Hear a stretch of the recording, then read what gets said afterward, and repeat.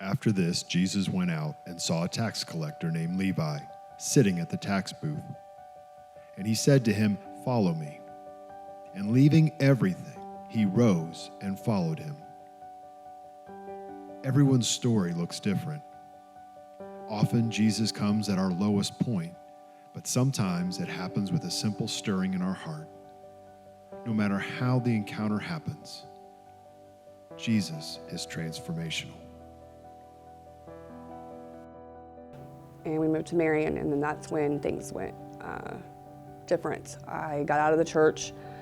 I didn't get back into church until I was arrested in, I think it was August of 2009.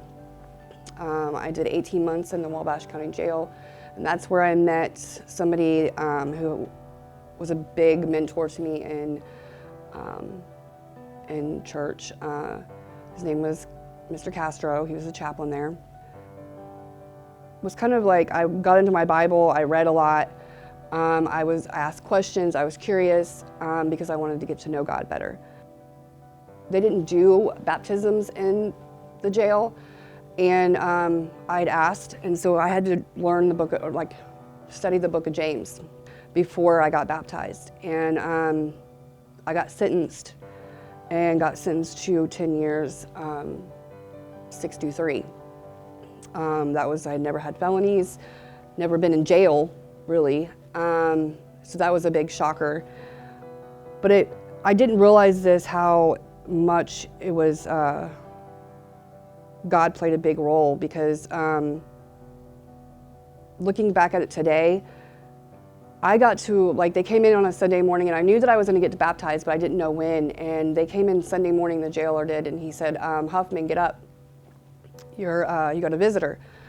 So when he opens the door, I see Mr. Castro standing there with his wife, and I'm like, "What's going on?" And I'd already been sentenced by now, and I get to walk out the jail with, I probably shouldn't say this online, but I mean, they let me. I got to walk out of the jail with no shackles, no handcuffs, and go on a Sunday morning in front of the whole congregation and got baptized. By the time that, before my encounter with Jesus, I had lost my job. I went from having a home to walking down the street with a bag in my hand that had my most precious stuff in it that I could never lose. It was just wearing me out while I was walking down the road. And I had made it to Fairmount, Indiana, and I remember laying down on a bench and contemplating how I'm going to commit suicide, and nothing was going to stop me from doing it, because I wanted to not only hurt myself, I wanted to hurt my family, and it was really my thinking was off, because I had already been hurting my family this whole time. I had devised a plan to how to hang myself without it hurting, and when I was getting ready to do it, I will never forget, I was laying under an awning and this rain started. And as I'm thinking about it now, I can still hear it and how peaceful it was. And then I can smell it too, because I remember I've never smelled rain that smelled so good in my life. I was laying there going, wow. And then my eyes started going, and I started getting tired. And the next thing I remember is I woke up to the sound of a crinkling on my chest, and I looked down and I seen 2 Pop-Tarts on my chest, and I went like this, and I looked up, and about 6 or 8 feet away from me, I seen something go around the corner. And so I was like, wow, and I was hungry. And I just got the Pop-Tarts off me, got off the bench, I walked around the corner, and I was going to say thank you, and there was nobody there. And I was like, what just happened here? And so farther down the side of this long building where there's no doors, nobody could possibly have gotten away that fast, I seen people going into church down the road. And it was way down there. It was far enough away where I could just barely hear them giggling and laughing about stuff. And I remember thinking, what are you guys so happy about? There's nothing happy about anything what I felt.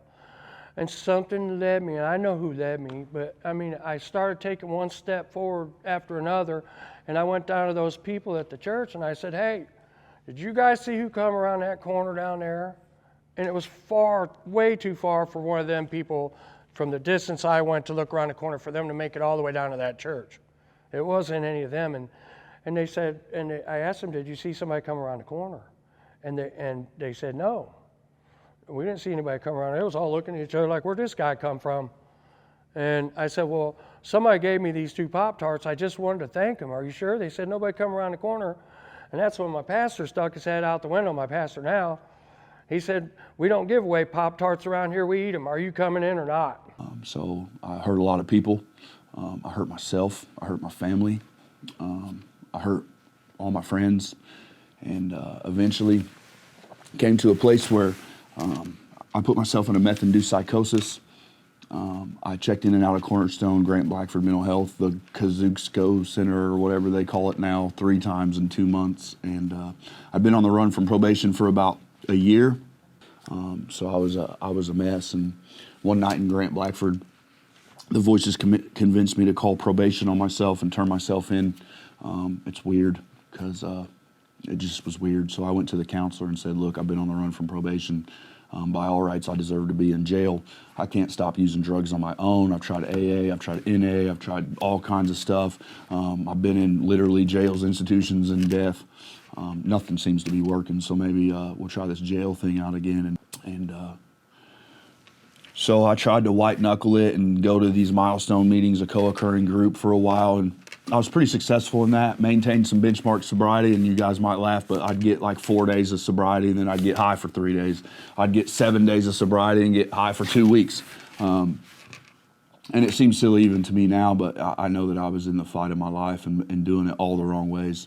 I remember I left a meeting, and I got home, and I just remember sitting on my living room floor in the corner, rocking back and forth, crying, and for the first time in a long time, I said, God help me. And it's probably even till this day been one of the most sincere, honest prayers I ever prayed in my life, was just God help me. And about a half hour later, I heard a knock at the door, and for those of you who don't know what meth-induced psychosis is or paranoia induced by drugs are, I was freaked out. So I thought I was hallucinating.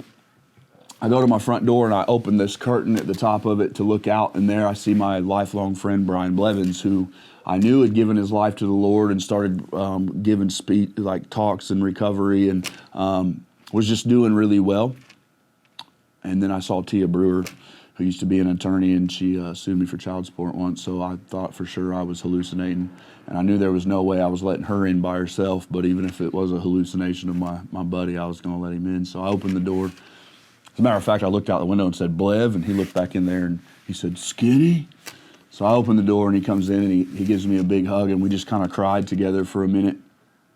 I mean, I didn't really have to talk to him. He knows me. He knew what was up, and he knew I was a straight mess and suffering, and he knew he had been sitting there by his job on his first day, as a matter of fact, because I was a wreck. And he said, man, I just want to get you out of this situation and maybe let you walk in some freedom. And he said, it's going to be a terrible, terrible journey, but I got your back.